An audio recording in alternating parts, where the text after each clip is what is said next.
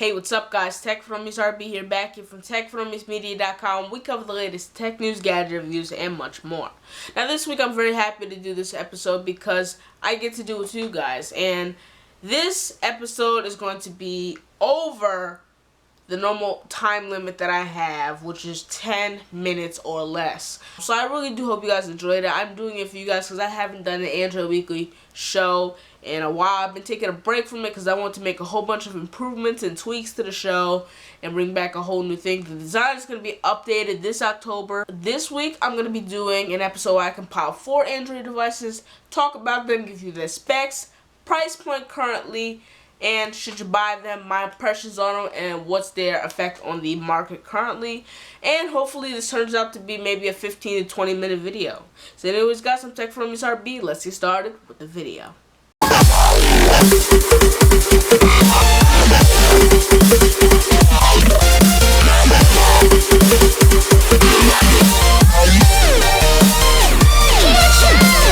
So our first device this week for this week's episode of Android Weekly is the Moto 360. Now I know I talk about phones and I talk about tablets every week, but I wanted to take a different type of perspective, commonly known as the smartwatches, and I wanted to discover those in Android Weekly.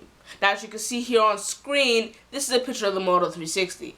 Now the Moto 360 changed forever wearable technology in the year 2014. Wearable technology wasn't that really big in the past years, but this year wearable technology such as new smartwatches, such as new virtual reality systems, such as Google Glass, a lot of different things happened and really went viral this year that caused this year to be one of the biggest changes in wearable technology. Now this small smartwatch here is called the Moto 360.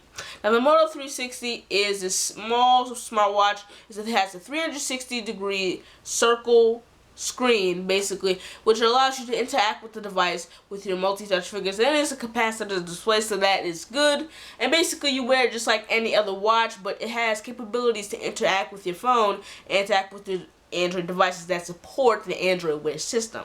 Now Android Wear was unveiled at Google I/O by the people from Google. They unveiled this project, and it's a new software that runs on the innovating different types of hardware that they allowed to come with it in the new devices. So they specifically announced a whole lineup of new devices, basically 3 new devices that are being announced to the Android Wear lineup, and they're going to run the Android. So the Moto 360 is going to be that perfect smartwatch for some people. So basically those are my impressions. Now let's get a rundown of the specs.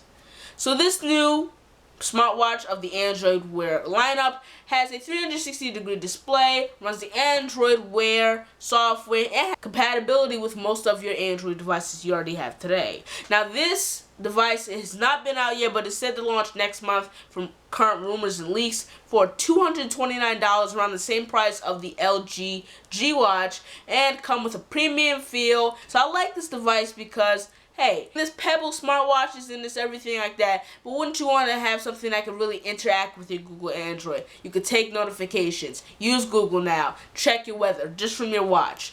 So I think this is a good buy for a lot of you people. If you're going to just wait for it to come out on launch day, I'm sure a lot of people will be expecting it, and I'm actually one of those people. So if you want to go pick it up on launch day, and maybe it can launch it for $229, make sure to go check that out and keep an eye for Google, because Google's going to be the main selling point, but you can also find it from third-party retailers. And again, it's said to be launched in August, a month before the iWatch to hit in September. The next device I'm going to be talking about is the HTC One E8. Now I'm not going to spend too much time on this device because really the HTC One E8, it sounds familiar to one of its actual brothers. The HTC One E8 is an identical replica with a different body build and a different material instead of made of a premium metal. Everybody think it was a hunk and just a absolute famous device for its body build and for its design and the nice feel it brought in the hand. Now they have a polycarbonate plastic, or as Apple said, unapologetically plastic. The iPhone 5C was the unapologetically plastic brother to the iPhone 5S. It was basically an iPhone 5S but with a polycarbonate shell. So that's the same way HTC is going. They have their premium device, the HTC One M8, but they're making the HTC One E8 for people who don't want to pay that over $700 price point to get the phone off contract, even though some people are doing that today because they're still locked into their 2-year agreement. And the HTC One M8 is a very big selling point for them, and they want to expand the amount of devices they can sell. So the HTC One E8 was a great choice. I do think so too. It basically has all the specs. It still has that 5-inch display that many of us see. Got a new camera on the back. Instead of a 4 ultra pixel camera, they changed it to a 13 megapixel camera, and I believe it does shoot 4K. If I'm wrong, correct me in the comments below. And it's a great camera. But really, it's just the design, a couple tweaks under the hood and the camera, but everything else stays the same because, again, that price was primarily made off of the aluminum metal body build, which many people found this as a point to buy it from and found it as a reason to buy and pick up this device on their carrier. So, do I think it's a good device? Yes. The HTC One E8 is said to launch soon in the United States, but currently is being sold internationally for $349, so you can go pick your one up at a third-party retailer today. This next device I'm going to be talking about is one of the best flagships of the year and one of the most impressive devices of 2014.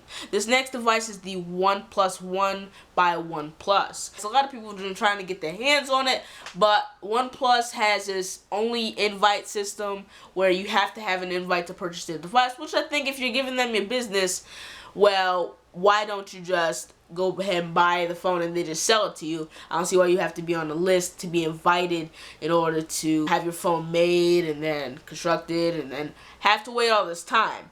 I don't think that's personally something that I would enjoy, and neither would you, but everybody has their own opinion. And OnePlus, I do understand you're going to lose a lot of money if you don't happen to have this only invite system, because if you're going to have a lot of leftover units, then of course, you know, you're going to lose a lot of money because you just used a lot of money putting it into these devices. So I can kind of understand that. Has a 13 megapixel camera on the back with 4K. Has a great processor under the hood, 3 gigabytes of RAM, and it has CyanogenMod. Now that's one of the main viewing points for this phone. Has CyanogenMod 11. It's one of those softwares that comes pre-installed on the Android device, and I think it's a pretty good point. But the price point is basically where this phone comes to be a beast. For all these great specifications, you only have to pay $300 plus shipping.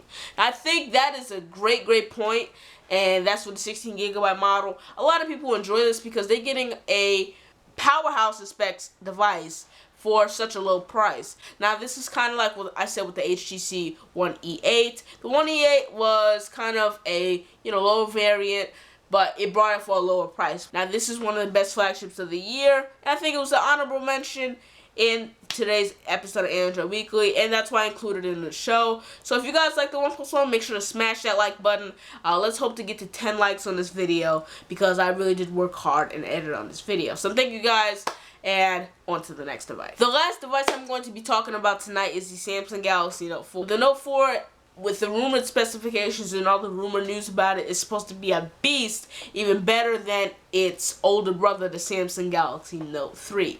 So the Samsung Galaxy Note 4 is supposed to be unveiling with its big bad 5.9 inch to 6.1 inch display. We're still unsure of what the display size is going to be. We're also thinking about seeing a 16 megapixel camera, which is probably going to be a 99% guarantee, because we saw a 13 megapixel camera on last year's flagship, the Galaxy S4, and a 16 megapixel on this year's flagship, the Galaxy S5. So last year we also saw a 13 megapixel camera on the Galaxy Note 3, so we kind of expect to see a 16 megapixel camera with still 4K on the Galaxy Note 4. So we're all expecting for this device to come out in October. So that's basically when the last Galaxy device from the Galaxy Note lineup came out, and we're expecting it to come out then. We're thinking it's going to probably be the price point from anywhere from $199.99 on a 2-year agreement all the way up to $299.99 on an agreement, or possibly even $350. Who knows? Samsung really prices variety with their flagships and with their flagship devices. I do personally think that this device is going to be a great selling point for Samsung. It's going to have powerhouse specs, but if you're still stuck on the Galaxy Note 3 and you're still stuck in a 2-year contract, who's going to want to get it? But there are a lot of different customers out there looking for the biggest, baddest phone on the market and do an upgrade every year, which is something I'll probably be interested in and doing myself. But the Galaxy Note 4 is a great device, and with the specs that we're supposed to be seeing, I think it's going to be a great experience. Anyways, guys, that's the show. That's the episode. I'm about to start editing this video as we speak, so thank you guys so much for watching. I hope you guys enjoy. Make sure to like us on Facebook, follow us on Twitter, and subscribe to my YouTube channel for more weekly tech videos like this. I'll talk to you guys next week. I'm Tech from SRB.